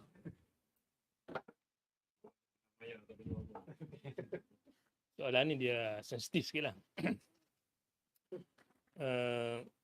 Pertikaian atau pertembungan wahdatul wujud dengan wahdatul syuhud yang ansuri dengan raniri ni, dia menjadikan kita ni keliru sikit. Orang awam macam kita kan, sebab kita mungkin tak mengaji banyak kan. Tapi mengikut analisa kita, orang biasa ni, bila benda tu dibahaskan semakin tinggi, dia menjadi semakin bukan bermasalah, dia jadi macam manfaat. Satu lagi, mudarat. Mudaratnya ialah bila raniri menghukum ansuri zindik. Kan? Tapi ada yang membelanya dan dia pun sendiri menghujah. Tapi pokoknya sudah jatuh hukum. Kan? Jadi perbincangan yang tinggi itu pada tahap-tahap tertentu telah menyebabkan satu kemudaratan kepada ialah masyarakat. Mengikut raniri mengatakan demikian, mengikut pansuri dia kata no. Jadi berlaku pertembungan. Ini mudarat yang berlaku akibat daripada perbahasan yang sedemikian. Kan? Jadi kalau kita berbalik kepada the philosophy agama Islam itu, Tuhan menjadikan agama ni mudah. Kan? Jadi kita kadang-kadang memayahkan, menyusahkan lagi. Kan? Jadi mungkin juga perbahasan-perbahasan begini sepatutnya dia ada satu, bukan etika, ada satu guidelines. You discuss setakat ni saja. Jangan pergi lebih. Kalau lebih dia jadi mudarat. Jadi dia kemungkinan jadi sesat, sebab kalau dia jatuh hukum kafir atau zindik itu salah seorang mesti jadi. Segi akal kita kan, kalau kamu kata saya kafir, kalau kamu tak kafir saya kafir. Jadi itu akibat dia. Jadi dia berkait dengan akidah kan, sebab tauhid. Jadi kalau keseluruhan Al-Quran pun saya tidak mengkaji secara detail, tapi saya rasa dalam pembacaan ayat-ayat berkaitan ketauhidan itu tidak memonopoli ataupun tidak macam menjadi satu bahan utama, sehingga setengah ayat itu berkaitan dengan tauhid. Kan? Ayat banyak berkaitan dengan hubungan kemanusiaan, solving the problem of the community, hubungan kemasyarakatan. Jadi kalau saya mengambil satu hadis Nabi yang berbicara tentang Nabi bertanya kepada sahabat tentang apa yang patut buat dalam satu hari.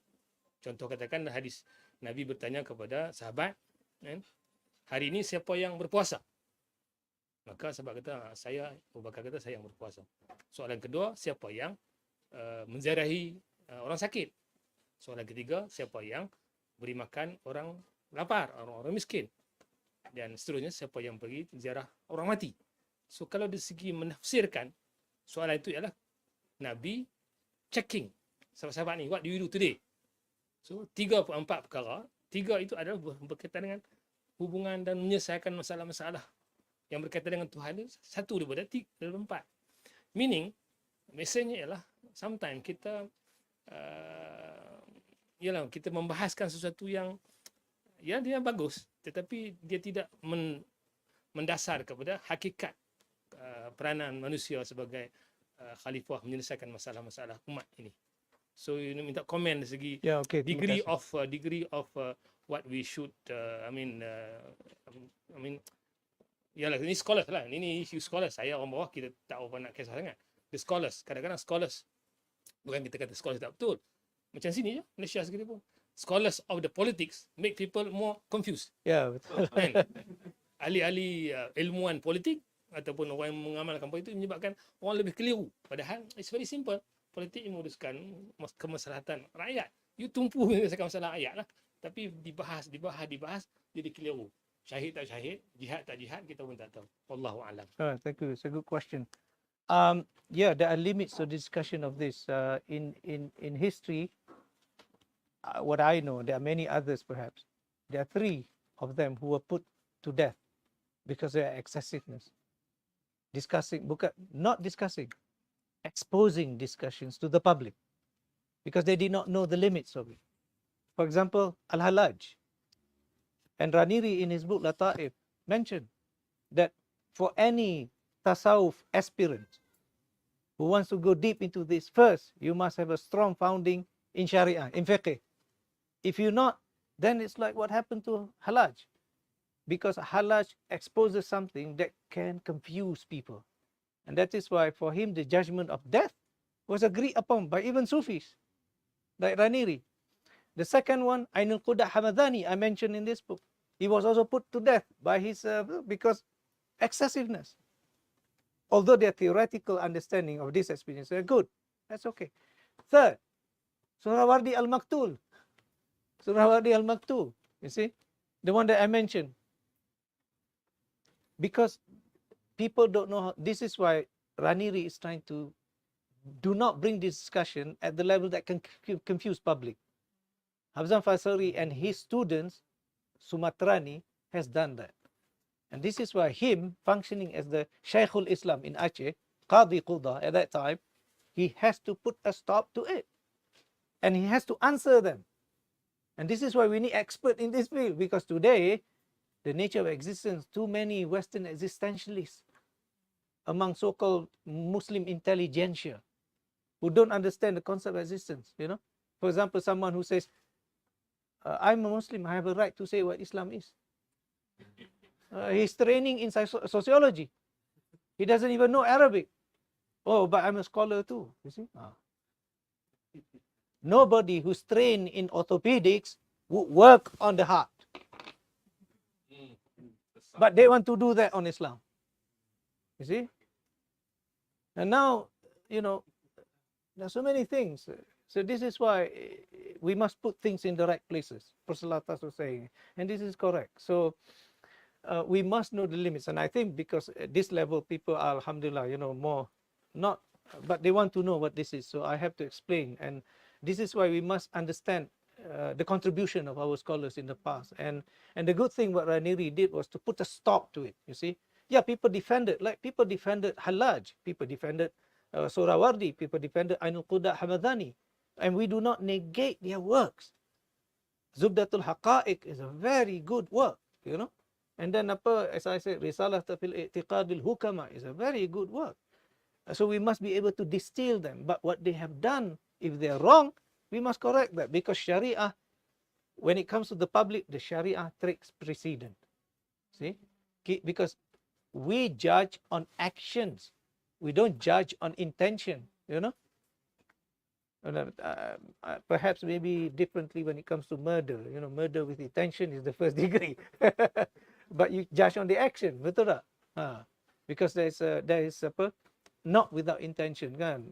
So it's a different matter. So I think we cannot sweep the thing under the rug. We must handle it. We must face it, and we must, alhamdulillah, at least keep this thing alive. I know at some works of this nature, Jakim wants to declare haram, but if we have no expert in this thing, Dato' Segi, we have no expert on people who are experts on the diseases of the pigs, diseases of the things about haram stuff, then we rely on people who are not, isn't it? And the same thing I wanted to say, a lot of works now today, because here's what happened now. Many of us go to the West to study, not only in Malaysia, in Indonesia, wherever, because we think that. So some of us go and study and we read them in English. We find translation of the Quran in English, the Muwatta in English. So we think scholars who write in English is more true, more real, more believable, you know. My experience of these things, I'm sorry, my experience of these things, sometimes reading Orientalist work, they're good. Tapi when you want to get to like Professor Latas was saying, and I want to show you here. Yeah? Ish. Because Drewers attacked him in this book. Page 76.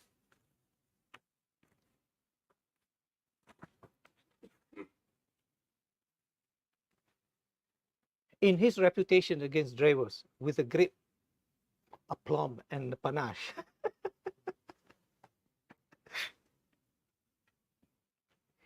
he refers to the knowledge that he possesses, Professor Latas, as a matter of basic knowledge. That's why I think at the age of 20-something, he can write this thing. He understands. Whose knowledge is not merely gathered from books, but more from the experience and reflection, whose insight into it is not merely a matter of academic preoccupation, but a matter of belief and faith and definite commitment to a particular attitude towards life. For, unbeknownst to Drewes, Alatas is not merely a nominal Muslim. Many of us are just nominal Muslim and read about Islam in English and other languages that we are confident with, but never kitab Jawi, because we buta Jawi. Yeah. Because he is brought up and nurtured in a milieu alien to Drewes. Alatas is, after all, this is his own statement, studying and reflecting upon his own culture and tradition and religion, which are for him familiar and coherent. The coherency part too.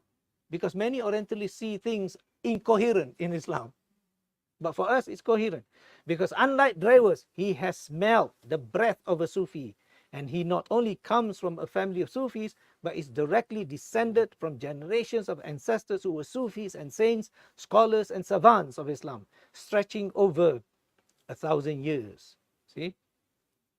He was saying, you know, my blood runs tasawwuf, and the blood runs the blood of the Prophet.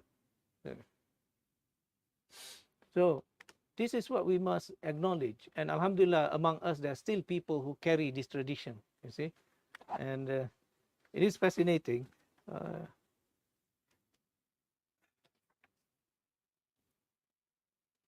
The growth of this book later on, which I want to end a little bit, Dato Sri nanti, is something what Professor Latas wants to put as something called the scientific tradition, what Professor Pasalan tried to carry, but in a historical study. Because his scientific development means the development of knowledge, not science, you see. Because, as I said all the time, what is the purpose of being human is to complete ourselves, right? To complete our nature is to complete it by way of knowledge, you see. Unlike Aristotle, so Aristotle talks about what is the purpose of man. It's happiness. Eudaimonia, you know, and at the end, to be happy, you have to have friends, you have to have some wealth, you have this and that. What? For us, because our definition of being man is different, you see. This is why Sartre has a problem of either being or nothingness.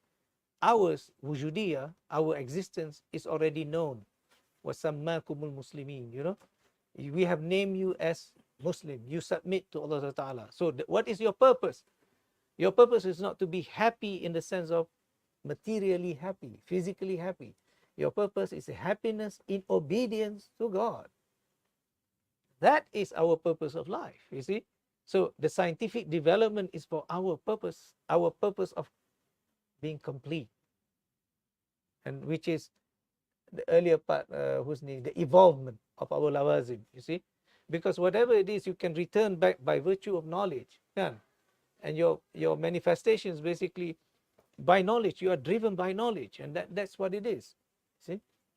So this is why all levels of existences we must have knowledge of, at the level of physical, empirical, at the level of unseen, the study of light, macam Dr. Imran belajar photonics, fiber optics, or whatever, you know, things that cannot be seen, you know. You must learn, and you must learn also the way to write the best prosody, you know, poetry, because it's the nature of human being. And then you have to write the way to write properly. You know, you can have the best AI machine, but it's still the man that has to write the codes. Yeah, because human language advances. AI depends on the coding of human language. You don't put it, it will never get it. It will not create its own language. It may, but it is dated. See? And this is why you have dulu basic, Pascal, Fortran, C++. Now, different, you know. Linux lah, Apple or whatever, you know, I don't know. It's beyond me now. Okay, ada soalan? Is that okay? Sila, Ya, sila. ya. Thank you.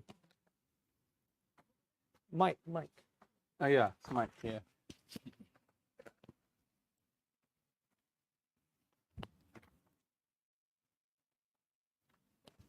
Short answer pun okay. Bismillah.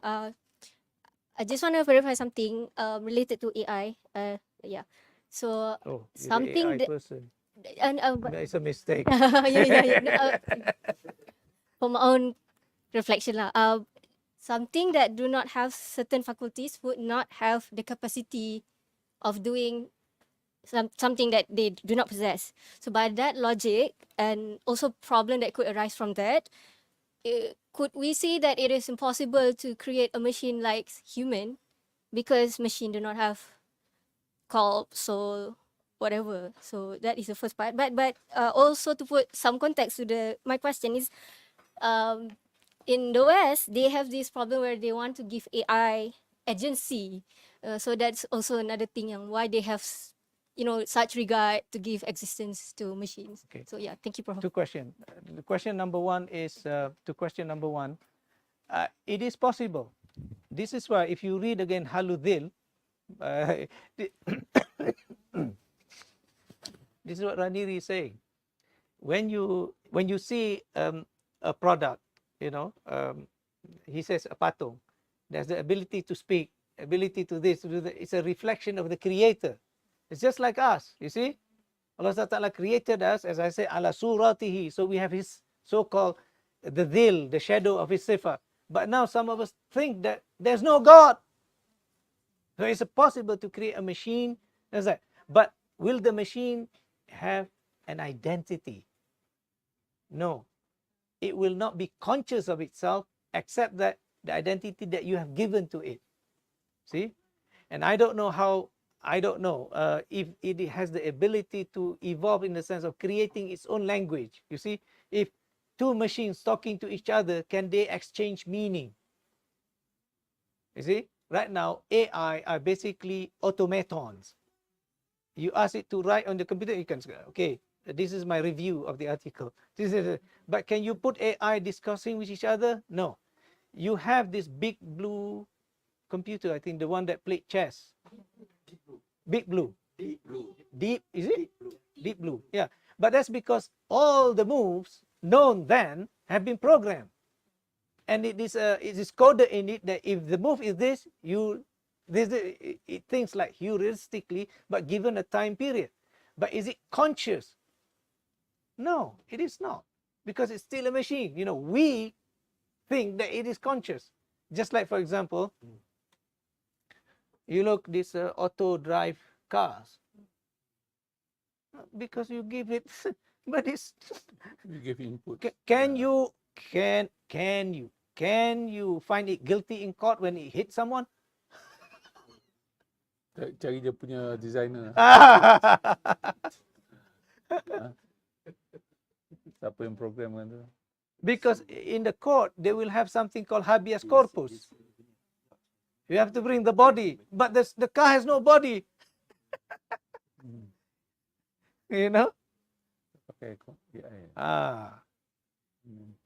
And this is why that is the other side of the moral impediments of AI. Yeah. You send a drone that can kill someone, shoot someone, whatever, and it can be automatons. You can program to see. So who's responsible to do that? We leave it to the moralists and the ethicists to think about. So please conclude. So we have a closing. Oh, terima kasih, Dato. I think this is a wonderful book. It has helped me a great deal in preparing my PhD thesis and understanding the great ideas of the Muslim, a section of Muslim intellectuals called Ahlul Tasawwuf, and I can see the repercussions that has gone to it, and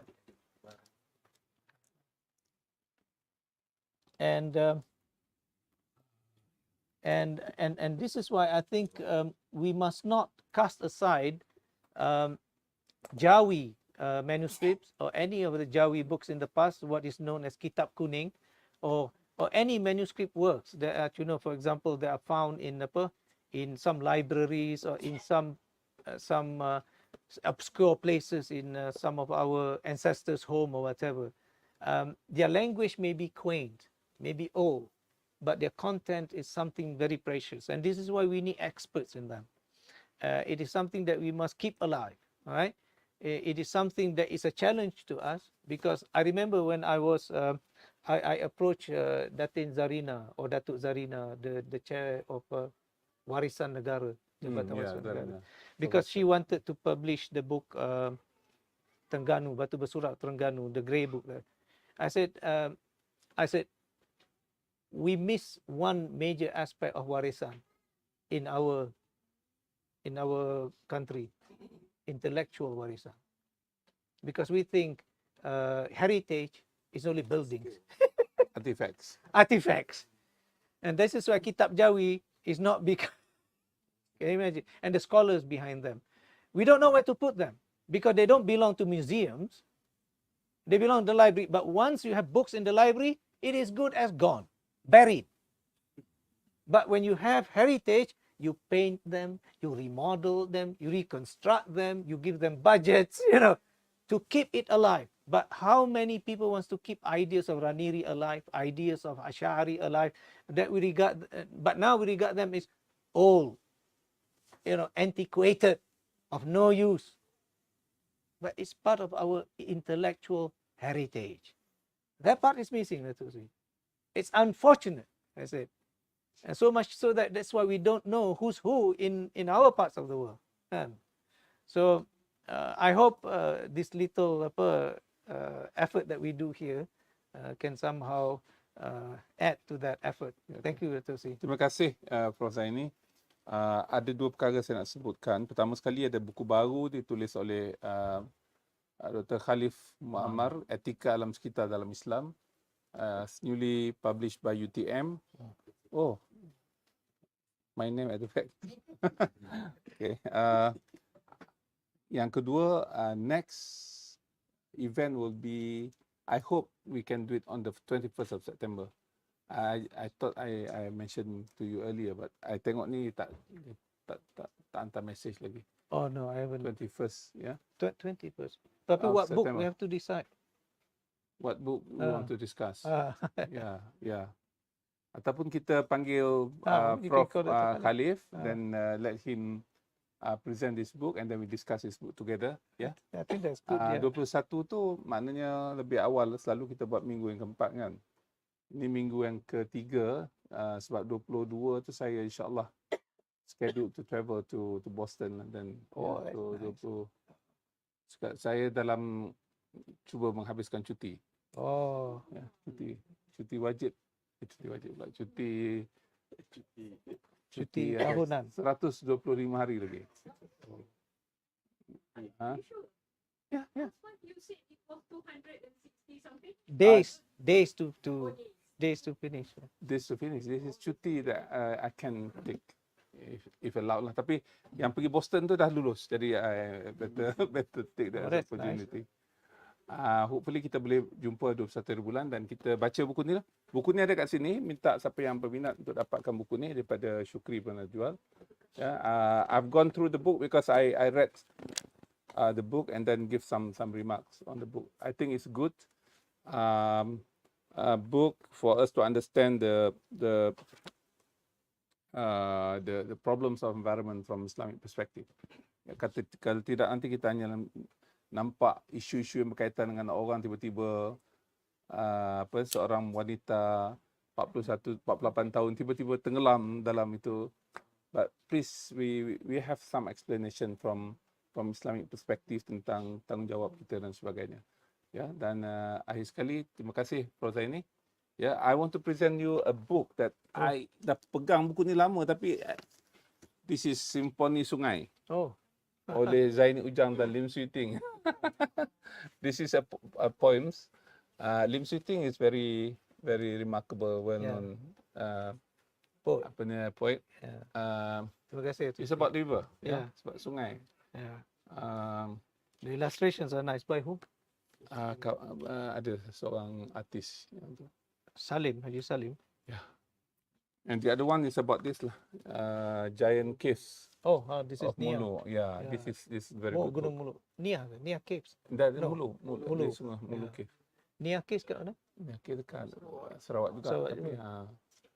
It's very nice. Nanti selain daripada kita naik basikal, I think I want to go to caves dan sebagainya. Wow. When I have more time. Splunking.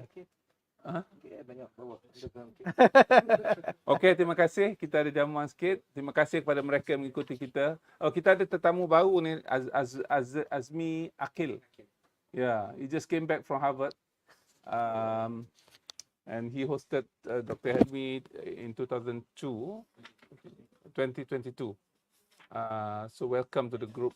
So we organize this every month, so you are welcome. Terima kasih kepada semua. Assalamualaikum warahmatullahi wabarakatuh.